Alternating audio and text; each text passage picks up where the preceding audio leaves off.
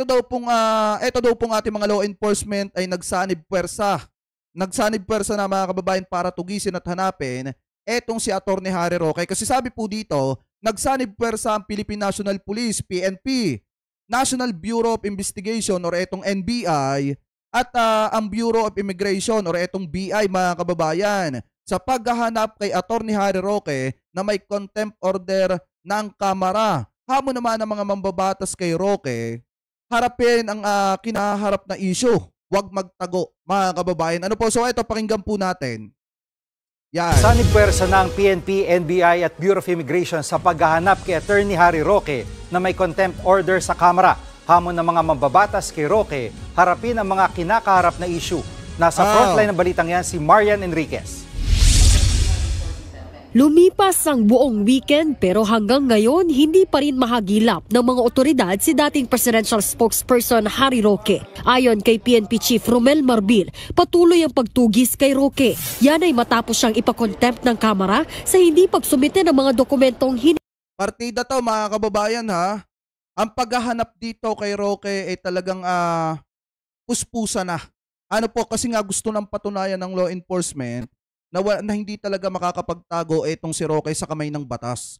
Kahit anong gawin niyang pagtatago mga kababayan, hindi niya matatakasan ang kamay ng batas. So ngayon kung titingnan po natin, hinahanap siya ng PNP, NBI at saka BI mga kababayan or etong Bureau of Immigration. So ngayon, siguro araw lang yung bibilangin yan, baka maaresto at mahuli na si Attorney Harry Roque kasi unang-una mga kababayan, hindi lang PNP yung naghahanap sa kanya pati NBI tinutugis na rin po siya. Ano po, so ngayon ipagpatuloy pa natin. Hinihingi sa kanya para makita kung paanong lumobo ang yaman ng kanyang mga kumpanya at kung may kaugnayan ito sa mga pogo. Nakikipag-ugnayan na ang PNP sa National Bureau of Investigation at Bureau of Immigration. All effort po ng ginagawa po ng all law enforcement, not only the Philippine National Police, but all law enforcement po ang tumutulong po sa paghanap po niya po. Tuloy-tuloy naman po yung paghanap po namin. Hindi naman po kami hihinto. Hindi lang ito kay Harry Roque. Sa lahat ng taong merong processes galing sa ahensya, be it warrant of arrest, be it contempt, sundin lang po natin ang batas. Bumuo na rin ang tracker teams para matunto ng dating opisyal. Kahit hindi mahagilap, nakapag-live stream pa sa Facebook kahapon si Roque. At So aasahan na natin mga kababayan na sa mga susunod na araw, hindi na makakapag-Facebook, hindi na makakapag-live streaming si Harry Roque. Alam niyo kung bakit mga kababayan? Kasi may mga tracker team na nakatutok at nakaabang sa kanya. So once na mag-live siya, automatic matatrack yung kanyang location mga kababayan at maaalaman kung nasa saan siya nagtatago. So siguro mga kababayan, yung live niya nung nakaraan, na kung saan nagpakitang gila siya, hindi na mauulit. Hanggat hinahanap siya ng batas, malaki ang posibilidad na hindi na maulit yan. Kasi nga, may mga nakatutok na sa kanya para tugisin siya at alamin yung kanyang lokasyon. Ano po, so ngayon ipagpatuloy pa natin. Sinabing hindi siya pugante at pinapower trip lang siya ng Kamara. Hindi ako pugante dahil ako po ay lumabag sa batas. Pugante ako sa Kongreso lamang. Wala po akong pakialam. Yung mga nakikipaggigilan sa atin nung nakaraang gabi na sinasabi na hindi pa daw puganti si Roque, siya na mismo nagsabi. Hindi siya puganti sa batas pero puganti siya sa Kamara. So ngayon, walang pinagkaiba yan mga kababayan kasi siya na mismo nagsabi hindi siya daw puganti sa batas pero malapit na. Mga kababayan, ngayon, mismong inamin niya sa kanyang sarili na puganti siya sa Kamara. Ano po ngayon, ipagpatuloy pa natin. Hindi po tama yung ginagawa nila. Pasigaw-sigaw, kapag ayaw na sagot, contempt kaagad, nagpa-power tripping na po sila. Di ba magaling ka din sumigaw? Attorney Harry Roque, di ba magaling ka din sumigaw? Sumisigaw-sigaw ka sa mga rally nyo Lalo na nung naalaman ng publiko yung ugnayan mo kay De La Serna. Lalo na nung nakita yung mga dokumento na magpapatunay na may ugnayan ka kay De La Serna. Lalo na nung nakita doon sa may Porac, Pampanga yung mga resibo ng bangko. Di ba nang gigigil ka na nagsalita doon sa maisog na nangangatal-ngatal pa nga yung kamay mo? O bakit ka matatakot sa mga di umano sinasabi mong sigaw ng iba mga congressman kapag ka tinatanong ka at hindi mo nasasagot ng maayos yung mga itinatanong sa'yo? Di ba sabi mo magaling kang abogado, dapat kaya mong idepensa yung sarili mo. Kaso ang problema, mas pinili mong magtago kaysa i-depensa yung sarili mo.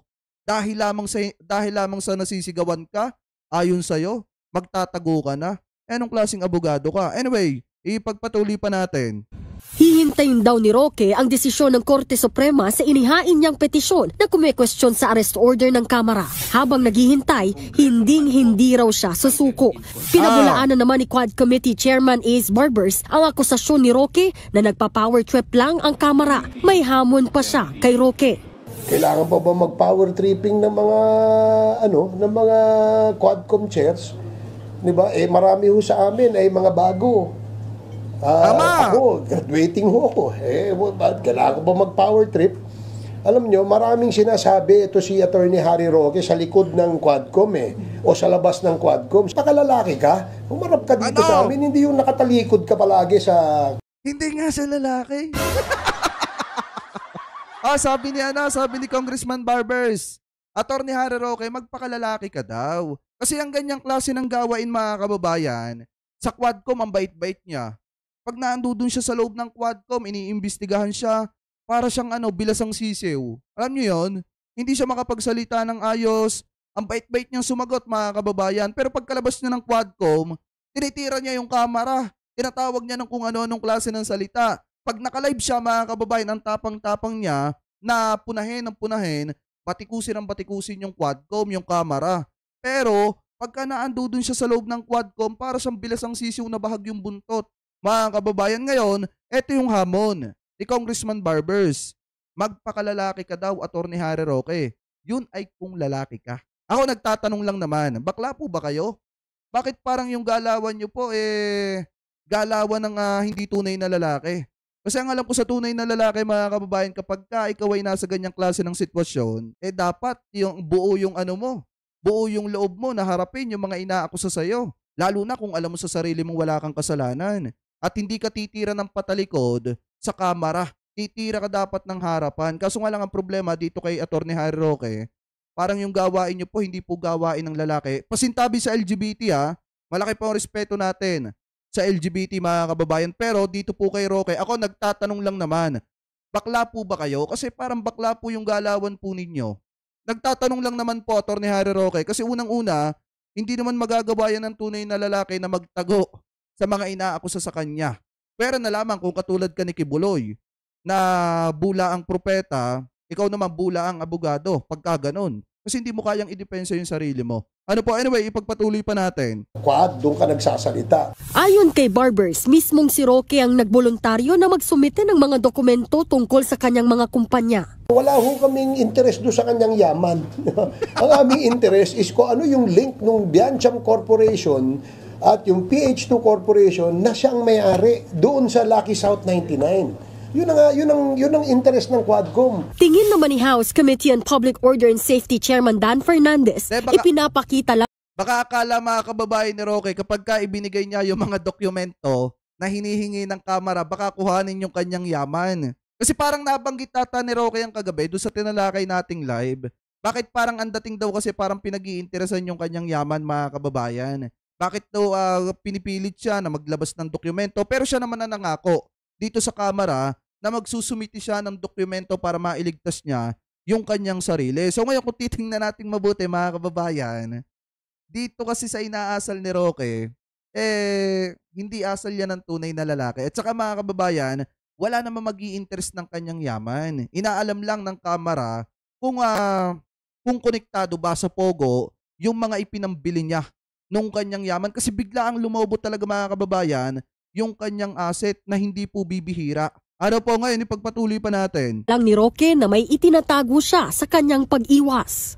If we really wanted to evade, if we really wanted to not to attend and pursuing other things in order to avoid it, then there will always be a presumption of guilt. Sa Webes ang susunod na pagdinig ng Quad Committee kung saan muling imbitado si Roque. Inisyuhan na rin ng show cause order ang kanyang asawang si Myla Roque matapos makailang ulit na hindi dumalo dahil umano sumailalim ng medical surgery. Nagbabalita mula sa Frontline, Marian Enriquez, News 5.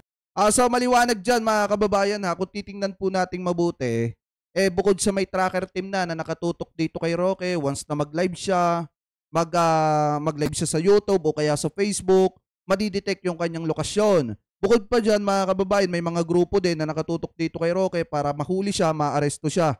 Mga kababayan, bukod pa doon sa mga grupo din ng ating mga law enforcement na nakatutok, doon sa mga nagkuble at kumupkop dito kay Kibulok, mga kababayan. So ngayon, malaki ang posibilidad na baka tamaan dyan doon sa mga nagkuble o kumupkop dito kay Kibuloy, ang mga tatamaan dyan yung mga vlogger.